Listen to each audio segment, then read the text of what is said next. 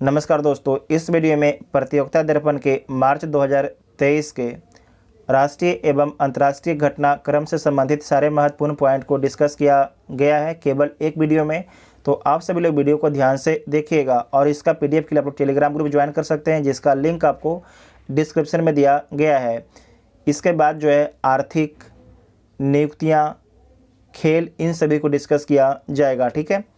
और जो चैनल पर पहली बार आते चैनल को सब्सक्राइब जरूर कीजिएगा, तभी आपको अगले वीडियो का नोटिफिकेशन मिलेगा। और बता दें कि अपने चैनल पर जो है हर महीने का पीडी का वीडियो लोड किया जाता है। तो आइए देखते हैं पहला पॉइंट। राष्ट्रपति भवन के ऐतिहासिक मुगल गार्डन का नाम बदल के क्या रखा गया है? तो अमृत उद्यान कर दिया गया है मुगल गार्डन को। अब जल जीवन मिशन के तहत कुल कितने ग्रामीण परिवारों को नल से जल की आपूर्ति की जा रही है? तो कुल 11 करोड़ परिवारों को नल से जल की आपूर्ति की जा रही है। जल जीवन मिशन की घोषणा 15 अगस्त 2019 को प्रधानमंत्री मोदी जी के द्वारा किया गया था और इसका उद्देश्य है कि 2024 तक प्रत्येक ग्रामीण परिवारों को नल के पानी का कनेक्शन उपलब्ध कराना इसका उद्देश्य है। जल जीवन मिशन की नोडल एजेंसी जल शक्ति मंत्रालय, वेरी इंपॉर्टेंट पॉइंट है, जल शक्ति मंत्रालय इसका नोडल एजेंसी है। फरवरी 2023 में दक्षिण अफ्रीका से कितने चीते भारत के कूनो नेशनल पार्क में लाया गया है?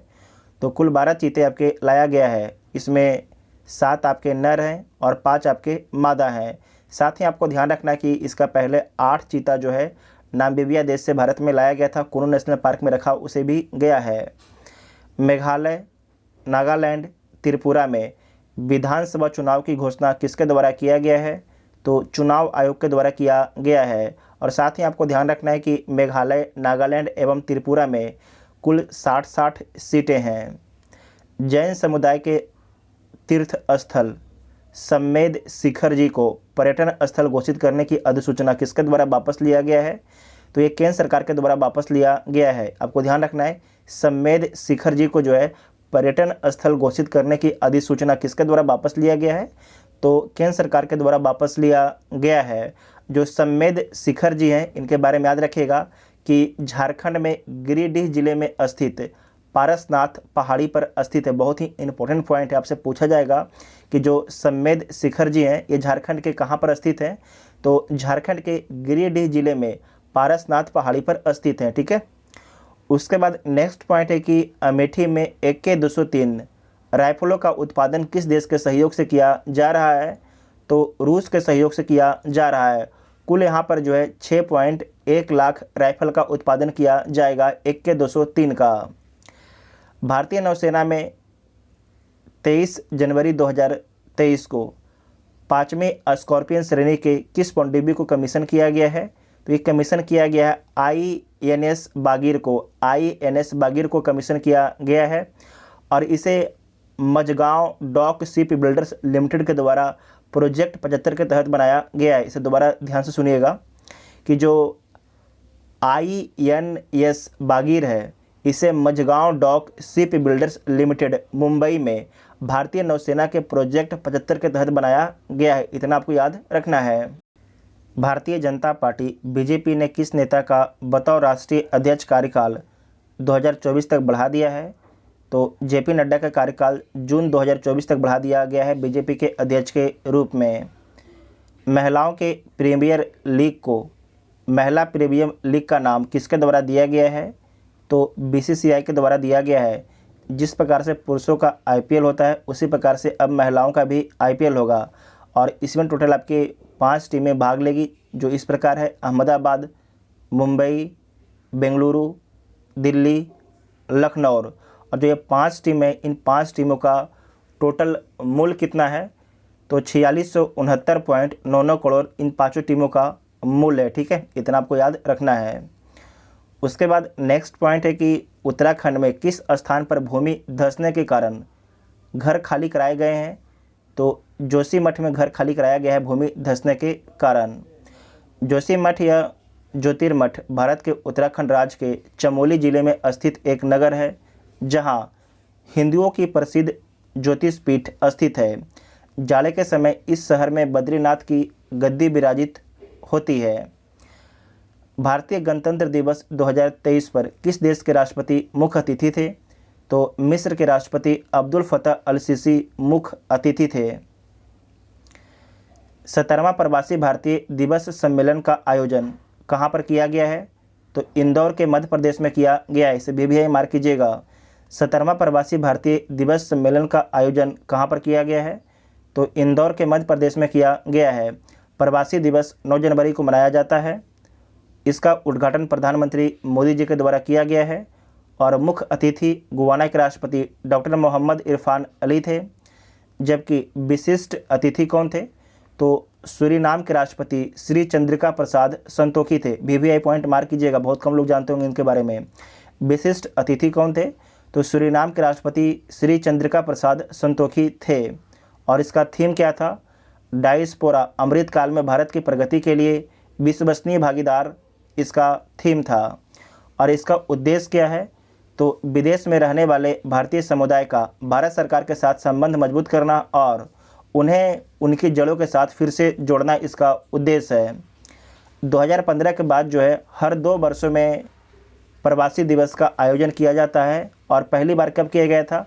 तो पहली बार 2003 में दिल्ली में प्रवासी दिवस का आयोजन किया गया था भारत सरकार के द्वारा, ठीक है। और उसके बाद आपको याद रखना है कि 2019 में जो प्रवासी दिवस है इसका आयोजन वाराणसी में किया गया था, जबकि 2021 में ऑनलाइन हुआ था, जबकि 2023 में इंदौर में हुआ है, ठीक है। 2023 में कहाँ पर हुआ है? तो मध्य प्रदेश के इंदौर में हुआ है। साथ ही आपको ध्यान रखना है कि सबसे अधिक प्रवासी कहाँ पर रहते हैं? तो अमेरिका देश में रहते हैं। 44,60,000 लोग आपके भारत के लोग रहते हैं कहाँ पर? अमेरिका में। बाकी आप लोग ये जो लिस्ट दिया गया आप लोग देख लीजिएगा। जो गल्फ़ कंट्री हैं, गल्फ़ कंट्री के बारे में भी आप लोग यहाँ पर देख लीजिएगा, ठीक है, क्योंकि आपसे गल्फ़ कंट्री के बारे में पूछा जा सकता है कि कुवैत में 10 लाख लोग रहते हैं और जो यूएई है वहाँ पर 34 लाख लोग रहते हैं, ओमान में 7 लाख लोग रहते हैं, ठीक है। इस प्रकार से आप लोग देख लीजिएगा। और जो गुयाना है, गुयाना में कितने लोग रहते हैं? तो 2,99,382 लोग रहते हैं। सूरीनाम में आपके 2,37,205 लोग रहते हैं। इसमें आपको याद रखना है कि कुल जो भारत के कितने प्रवासी लगभग आपके अपने देश से बाहर रहते हैं, तो 3.5 करोड़ के आसपास जो आपके भारत के व्यक्ति हैं वो प्रवासी के रूप में दूसरे देश में रहते हैं, ठीक है। उसके बाद नेक्स्ट पॉइंट है कि 1961 के बाद पहली बार किस देश की जनसंख्या में गिरावट दर्ज की गई है? तो चीन की जनसंख्या में गिरावट दर्ज की गई है। भारत एवं पाकिस्तान के बीच अपने अपने परमाणु प्रतिष्ठानों की सूचियों और अपनी जेलों में बंद एक दूसरे के कैदियों की सूची का आदान प्रदान करने के लिए समझौता कब हुआ है? तो 31 दिसंबर 1988 को 31 दिसंबर 1988 को हुआ है। और पहली बार 1 जनवरी 1992 को सूचियों को आदान प्रदान किया गया है। बहुत ही इंपॉर्टेंट पॉइंट है, इसे मार्क कीजिएगा। और साल में 2 बार सूची का आदान प्रदान किया जाता है, ठीक है। हेनले पासपोर्ट रैंकिंग 2023 में भारत को कौन सा स्थान मिला है? तो इसमें भारत को 85वां स्थान मिला है, जबकि पहला स्थान जापान और सिंगापुर को मिला है और दूसरा स्थान साउथ कोरिया को मिला है। पहला स्थान जापान और सिंगापुर को, दूसरा स्थान साउथ कोरिया को, और भारत को जो है 85वां स्थान दिया गया है। भ्रष्टाचार बोध सूचकांक, corruption participation index transparency international के द्वारा जारी किया जाता है। इस जो ये सूचकांक है इसमें भारत को कौन सा स्थान मिला है? तो इसमें भी भारत को स्थान आपके 85वां मिला है। जो हेनले पासपोर्ट था उसमें भी आपके 85 था, और जो आपके करप्शन इंडेक्स है इसमें भी भारत का स्थान आपके 85वां स्थान दिया गया है। सबसे कम करप्शन कहाँ पर है? तो डेनमार्क में सबसे कम करप्शन है और जो इसका स्कोर है 90 है। उसके बाद सेकेंड पर आपके फिनलैंड है, तीसरा पर आपके न्यूजीलैंड है। और भारत का स्थान यहाँ पर देख लीजिए, भारत 85 पर है, ठीक है। भूटान 25 पर है, चीन 65 पर है, श्रीलंका 101 पर, नेपाल 110 पर, पाकिस्तान 140 पर, बांग्लादेश 147 पर, अफगानिस्तान 150 पर, म्यांमार को 157 रैंक दिया गया है। सबसे खराब रैंक किसे दिया गया है? तो सोमालिया को सबसे खराब रैंक दिया गया है, 180वां रैंक दिया गया है सोमालिया को, ठीक है। और सोमालिया से अच्छा कौन है? तो सीरिया है, ठीक है, सीरिया है। अभी आपको याद होगा कि हाल ही में जो है टर्की और सीरिया में विनाशकारी भूकंप आया है, जिसमें करीब 40 से 50 हज़ार लोगों की मौत हो चुकी है। नेक्स्ट पॉइंट है कि न्यूजीलैंड के नए प्रधानमंत्री कौन बने हैं? तो क्रिस हिपकिंस बने हैं। क्रिस हिपकिंस बने हैं न्यूजीलैंड के नए प्रधानमंत्री। और इसके पहले कौन थी? तो जेसिंडा आर्डन थी। इनके द्वारा इस्तीफ़ा दे दिया गया। इनके द्वारा बोला गया कि अब हम कार्य करने में सामर्थ्य नहीं है, मतलब फुल एनर्जी से हम काम नहीं कर पा रहे हैं। जेसिंडा आर्डन के द्वारा बोला गया और इस्तीफ़ा दे दिया गया है। ठीक है, तो इसमें आपके राष्ट्रीय और अंतर्राष्ट्रीय घटनाक्रम था। इसके बाद आर्थिक, खेल, नियुक्तियां, इन सभी को डिस्कस किया जाएगा। अगर वीडियो आप सभी को हेल्पफुल लगता है तो चैनल को सब्सक्राइब जरूर कीजिएगा और वीडियो अपने दोस्तों में शेयर कीजिएगा। Thank you.